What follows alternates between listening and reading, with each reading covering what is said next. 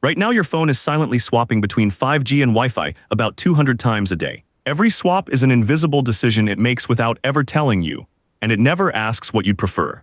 This one choice decides your speed, whether a video buffers, and how fast your battery drains. Here's the trap. When things stutter, most people blame their carrier or their router. Wrong culprit. The real one is a bad handoff. The split-second call your phone keeps making about which network carries you next. Start with what these two networks actually are, because they could not be more different. 5G is the cellular kind. A distant tower blasts a signal across licensed airwaves. Spectrum, a carrier paid billions to own alone. And that reach is measured in miles. One tower can cover a whole neighborhood. Wi-Fi is the opposite animal. It's a short-range radio living inside the box on your shelf. It broadcasts over free, unlicensed airwaves anyone can use. Its reach is measured in tens of feet. Cross the house and it fades. So which is better? Neither, and that's the whole point. Up close, Wi-Fi usually wins. It's faster and it doesn't count against your cellular data plan, so nothing gets throttled or billed. But Wi-Fi's power collapses fast as you move away. 5G goes the other way. It reaches everywhere, but you're sharing that one tower with everyone nearby. A packed stadium on 5G crawls. An empty street flies. Picture two water pipes. One is a fat pipe that only reaches the next room. The other is a thin pipe that runs the length of the city, but every neighbor is drinking from it too.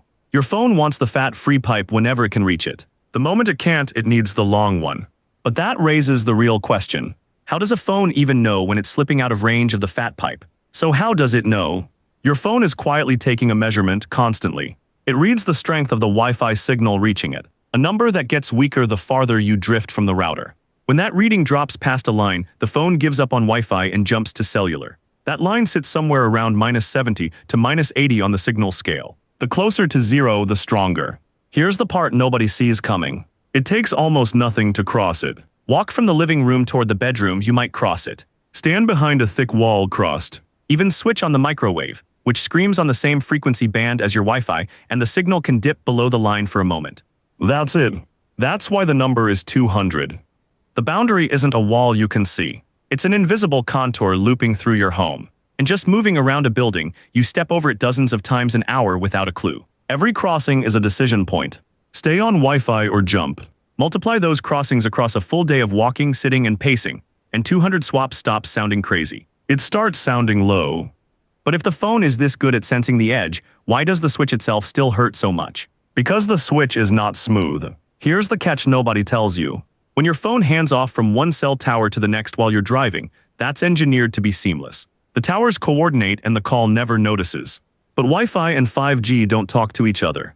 They're run by different companies over different airwaves, and neither is coordinating the handoff. So there's a real gap. During the switch, your connection can stall. Anywhere from a fraction of a second to a couple of full seconds of nothing. Sound familiar? It's exactly why your call drops or your stream freezes the instant you walk out the front door. You didn't lose signal. You got caught in the seam between two networks that refuse to shake hands. Now the twist that makes it worse. Your phone is biased.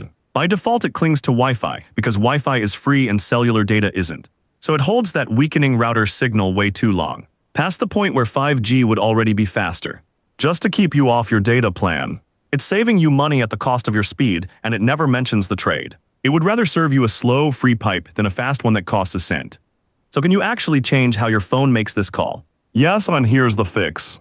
First, turn on the setting your phone already has for this. Apple calls it Wi-Fi Assist. Android calls it Adaptive Connectivity. Flip it on and your phone stops stubbornly clinging.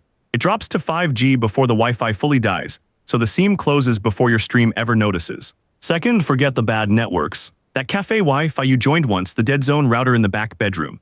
Go into settings and make your phone forget them, so it stops trying to rejoin a network that only ever stalls you.